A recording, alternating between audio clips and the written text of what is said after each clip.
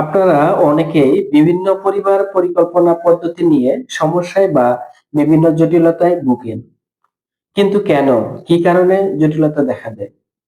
এর উত্তর হচ্ছে আমরা যে পরিবার পরিকল্পনা পদ্ধতিগুলো নিয়ে থাকি, এই পদ্ধতিগুলো নিতে গেলে কিছু নিয়ম কানুন আছে বা কিছু প্রশ্নের সম্মুখীন হতে হয় এবং যেটিকে বলা হয় পরিবার পরিকল্পনার চেকলিস্ট। অর্থাৎ আপনি যে পদ্ধতিটি নিতে চাচ্ছেন সেই পদ্ধতি আপনার শরীরের জন্য উপযুক্ত কিনা বা উপযোগী কিনা, এই পদ্ধতি নিলে আপনার শরীরে কেমন প্রভাব ফেলবে, আপনার শরীরে মানাবে কিনা, এই বিষয়ে এই চেকলিস্টটি অবশ্যই পূরণ করতে হবে। আপনারা অনেকে নিজেদের খেয়াল খুশি মতো বা নিজেদের ইচ্ছে মতো পরিবার পরিকল্পনা পদ্ধতি নিয়ে থাকেন, অথবা দেখা যাচ্ছে পরিবার পরিকল্পনা কর্মীর উপদেশ মতো আপনি পদ্ধতি নিতে চাচ্ছেন না। তো এই ক্ষেত্রেই বিপত্তি ঘটে এবং বিভিন্ন জটিলতার সম্মুখীন হতে হয়।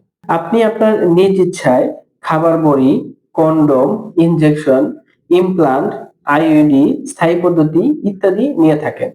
তো এই পদ্ধতিগুলো নেয়ার আগে আপনাকে অবশ্যই একজন প্রশিক্ষিত পরিবার পরিকল্পনা কর্মীর সাথে কথা বলে তার পরামর্শ মতো আপনাকে পদ্ধতি নিতে হবে এবং আপনার প্রয়োজনীয় যাচাই বাছাই পরীক্ষা নিরীক্ষা এবং প্রশ্নের উত্তরগুলি অবশ্যই সঠিক হতে হবে।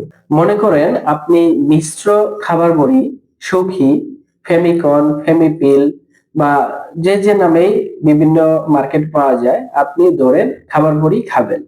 তো এই খাবার বড়ি খেতে গেলে আপনাকে অবশ্যই কিছু প্রশ্নের সম্মুখীন হতে হবে এবং যে প্রশ্নগুলি আপনাকে করা হবে এই প্রশ্নগুলির সবগুলি প্রশ্নের উত্তর না হতে হবে। তাহলে আপনি এই পদ্ধতিটি আপনার জন্য উপযোগী বা এই পদ্ধতিটি আপনি নিতে পারবেন।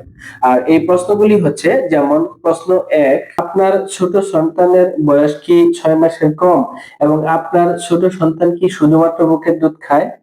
প্রশ্ন ২, আপনি কি মনে করেন আপনার পেটে সন্তান এসেছে অথবা আপনার ৪ সপ্তাহের অধিক সময় ধরে মাসিক বন্ধ আছে? প্রশ্ন ৩, আপনার কি ঘন ঘন মাথা ব্যথা হয় এবং মাঝে মধ্যে চোখে ঝাপসা দেখেন বা ঝলমলে আলোর ঝলকানি দেখেন? প্রশ্ন ৪, আপনি কি উচ্চ রক্তচাপে ভুগছেন? অর্থাৎ আপনার রক্তচাপ ১৪০/৯০ বা তার বেশি? প্রশ্ন ৫, আপনি কি ২০ বছরের অধিক সময় ধরে ডায়াবেটিস রোগে ভুগছেন? প্রশ্ন ৬, আপনার পায়ের শিরা কি ফোলা আছে এবং এই ফোলা শিরাগুলি কি ব্যথা হয়? প্রশ্ন ৭, আপনার স্তনে কি শক্ত চাকা বা দলা আছে? প্রশ্ন ৮, সামান্য কাজ করার পর কি আপনার বুকে ব্যথা হয় বা আপনি হাঁপিয়ে ওঠেন? বা আপনার কি কোনো হৃদরোগ অথবা ইসকেমিক হার্ট ডিজিজ অথবা পূর্বে স্ট্রোক হওয়ার কোনো ইতিহাস আছে? প্রশ্ন ৯, আপনি কি বর্তমানে জন্ডিস রোগে ভুগছেন? প্রশ্ন ১০, আপনি কি ধূমপায়ী? আপনি কি তামাক পাতা, জর্দা এসব খেয়ে থাকেন? আপনার বয়স কি ৩৫ বছরের বেশি? প্রশ্ন ১১, আপনার ২ মাসিকের মাঝামাঝি সময়ে কি আপনার রক্তক্ষরণ হয় অথবা অনেক বেশি রক্তপাত হয় অথবা সহবাসের পর মাসিকের রাস্তায় রক্তক্ষরণ হয়? প্রশ্ন ১২, আপনি কি যক্ষ্মা রোগের ওষুধ রিফাম্পিসিন এবং খিঁচুনি রোগের বা মৃগী রোগের ওষুধ ফেনিটুইন খান? এখন এই ১২টি প্রশ্নের যেকোনো একটির উত্তর যদি হ্যাঁ হয়, তাহলে আপনি এই খাবার বড়ি সখী বলেন, ফেমিকন বলেন, ফেমিপিল বলেন, নর্ডেট 28 বলেন অথবা যেকোনো ধরনের এই মিশ্র খাবার বড়ি বলেন, এই খাবার বড়ি পদ্ধতিটি আপনার জন্য নয়। আর এই ১২টি প্রশ্নের উত্তর যদি না হয় তাহলেই কেবলমাত্র আপনি এই মিশ্র খাবার বড়ি, সখী খাবার বড়ি পদ্ধতিগুলা নিতে পারবেন।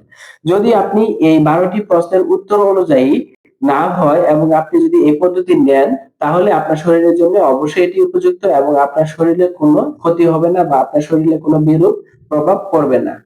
আর এই ১২টি প্রশ্নের যেকোনো একটি প্রশ্নের উত্তর যদি হ্যাঁ হয় আর আপনি যদি এই খাবারগুলি খেয়ে থাকেন, তাহলে আপনার শরীরে বিরূপ প্রভাব ফেলবে এবং আপনি নানা জটিলতায় ভুগবেন। আশা করি বুঝতে পেরেছেন। সবাইকে ধন্যবাদ।